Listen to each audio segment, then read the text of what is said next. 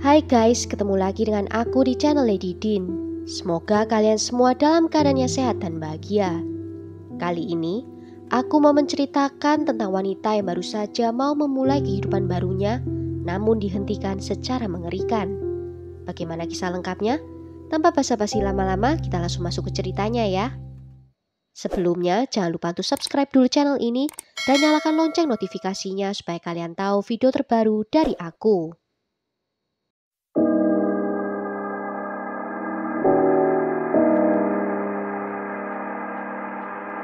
Easygoing and full of life, full of energy, positive energy, really humorous, a lot of laughing, kind of a free spirit. Where is she? What happened to her body? That's what we're asking. Okay. Do you want me to repeat that I don't know? Heather Palumbo adalah seorang wanita kelahiran 31 Maret 1980. Dia bertemu dengan Chris Jones ketika dia berusia 19 tahun. Dan tak lama mereka pun menikah. Namun perjalanan pernikahan itu tidak bahagia. Heather menceritakan ke temannya kalau Chris suaminya adalah orang yang suka mengontrol, yang kecanduan dan bergantung kepada dirinya. Mereka mengatakan kalau Chris tidak bisa melepaskan Heather dan menjadi pria yang lepas kendali saat pernikahan mereka mulai runtuh. Heather kelebihan berat badan sebanyak 70 kg. Namun beberapa saat setelah memiliki 2 anak, dia memutuskan untuk menurunkan berat badan dan mengubah hidupnya menjadi lebih baik dengan gaya hidup yang lebih sehat. Dia juga mulai mengikuti kelas senam. Namun setelah berolahraga dan berhasil menurunkan berat badannya, Heather berubah menjadi pribadi yang lebih percaya diri. Dan Chris suaminya merasa terancam melihat hal itu.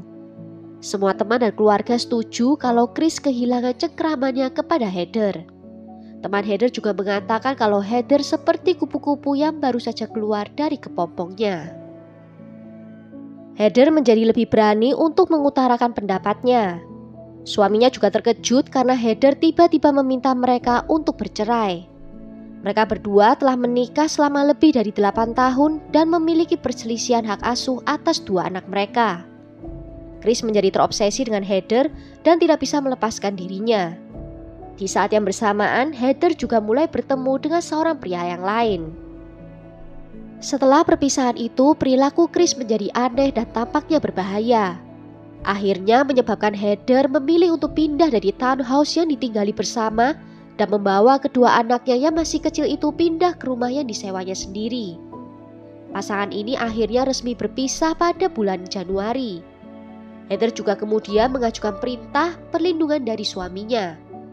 Tapi karena Chris secara finansial masih bergantung kepada Heather, Heather masih terus membayarkan uang sewa rumahnya Chris. Seorang teman berkomentar kalau dia mengutarakan kekhawatirannya dengan Heather. Mereka juga memperingatkan keselamatan hidupnya. Karena semua orang tahu Chris terobsesi dengan dirinya. Chris juga mulai membuntuti Heather dan bahkan membobol masuk ke dalam rumahnya yang disewanya sendiri itu. Heather menghilang di bulan April hanya beberapa hari sebelum pasangan itu mengikuti sidang perceraian mereka. Hari Senin, di tanggal 15 April 2013, adalah terakhir kali seseorang melihat Heather dalam keadaan hidup. Dia dilaporkan hilang ketika dia tidak hadir untuk bekerja keesokan harinya. Rekan kerjanya segera melaporkan hal itu ke keluarga Heather, karena dia tidak pernah absen dalam pekerjaannya.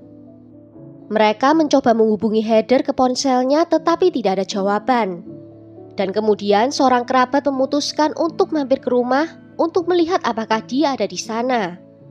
Rumah Heather terkunci dan aman. Tidak ada tanda-tanda pembobolan atau pelanggaran. Mobilnya ada di jalan masuk dan juga tidak tersentuh. Namun ponsel, dompet, dan kunci Heather hilang semua. Suaminya segera dicurigai ada andil dalam hilangnya Heather. Keluarga juga langsung melaporkan hal ini ke polisi.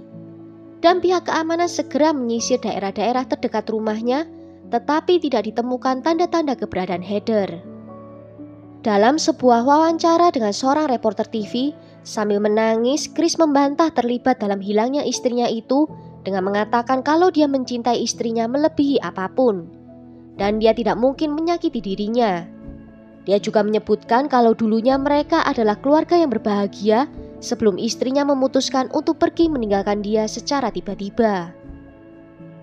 Tubuh tak bernyawa Heather ditemukan pada tanggal 23 April 2013, 3 bulan setelah dia menghilang. Polisi menemukannya tak jauh dari jalan raya di Memphis, Tennessee. Awalnya polisi bahkan tidak yakin telah menemukan mayatnya Heather.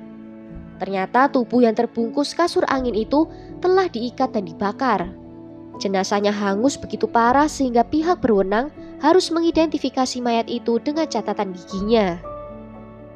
Heather rupanya meninggal karena sesak nafas, tersedak sampai mati sebelum tubuhnya dihanguskan. Polisi segera mencurigai Chris. Bagaimanapun juga hubungan Chris dan Heather telah berubah lebih dari kacau. Keyakinan baru Heather membuat suaminya khawatir. Dia berpikir bahwa dia akan meninggalkannya untuk pria yang lebih muda dan lebih sukses. Dan diduga saat itu Heather mempunyai kekasih baru, meskipun saat itu dia dan suaminya belum resmi berpisah. Saat Chris diinterogasi, dia mengakui kalau pada malam tanggal 15 April, dia dan Heather bertemu untuk berbicara. Argumen berikutnya segera berubah menjadi pertengkaran fisik. Chris yang dalam keadaan marah melompat ke arah Heather dan mencekiknya sampai mati. Chris mengakui bahwa dalam keputusasaan, setelah dia menyadari apa yang telah dia lakukan dan mengetahui kematiannya akan segera dikaitkan dengan dirinya, dia membuang tubuh Heather ke sebuah hutan dan kemudian menyalakan tubuh itu dengan api, berharap sisa-sisanya tidak akan bisa ditemukan. Pihak berwenang juga menemukan kalau ponselnya Heather berada dalam kepemilikan Chris setelah kematian istrinya itu. Dan juga Chris menggunakannya untuk mengirimkan pesan teks palsu tentang kepergian Heather. Dengan demikian, Chris pun langsung ditangkap dan didakwa atas pembunuhan Heather.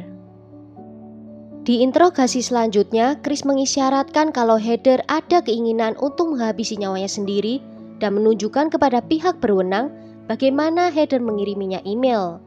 Email itu berisi permintaan maaf karena dia sudah tidak kuat lagi menghadapi semuanya. Dan juga meminta agar suaminya untuk menjaga kedua anak mereka dengan baik. Karena ceritanya yang berubah-ubah inilah yang membuat detektif semakin yakin kalau dia memang bersalah. Ketika polisi menemukan sisa-sisa tubuh dari Heather, Chris ditangkap dan jaminannya ditetapkan sebesar $1 juta. Dan setelah penangkapannya itu di tahun 2014, keluarga Heather mengajukan tuntutan sebesar $55 juta untuk Chris. Mereka mengklaim kalau anak-anak Heather sangat menderita setelah kehilangan ibu mereka. Dan juga mengatakan kalau anak itu melihat proses kematian ibunya yang mengakibatkan mereka sakit secara emosional. Proses pengadilan dimulai dan Chris tetap mengaku kalau dia tidak bersalah. Namun jaksa menghadirkan beberapa saksi yang bersaksi melawan Chris dan berbicara tentang sifatnya yang suka mengontrol. Salah satu teman Heather bersaksi kalau Chris pernah menyuruh Heather untuk menaikkan berat badannya kembali. Dan Heather juga menemukan kalau Chris berselingkuh dengan seorang wanita yang dia temui di internet. Setelah persidangan yang ekstensif dan menghadirkan kesaksian dari lusinan saksi yang menggambarkan kalau Chris Jones sebagai seorang maniak yang putus asa dan cemburu, Chris dinyatakan bersalah atas kejahatan pembunuhan tingkat 2. Dan pada tahun 2015, Chris Jones dijatuhi hukuman penjara seumur hidup tanpa kemungkinan pembebasan bersyarat. Dia juga menerima hukuman tambahan 2 tahun untuk penyalahgunaan tubuhnya Heather. Pada tahun 2017, Chris mencoba untuk mengajukan banding atas vonisnya dan mencoba untuk membatalkan hukumannya. Namun permohonannya ditolak oleh pengadilan. Dan saat ini, Chris tetap dipenjara di kompleks permasyarakatan di Tennessee. Well, sampai di sini dulu cerita kali ini. Bagaimana menurut kalian tentang kasus kali ini? Tulis ya pendapat kalian di kolom komentar. Akhir kata, terima kasih karena sudah nonton video ini sampai akhir. Sampai jumpa di video berikutnya. Ciao!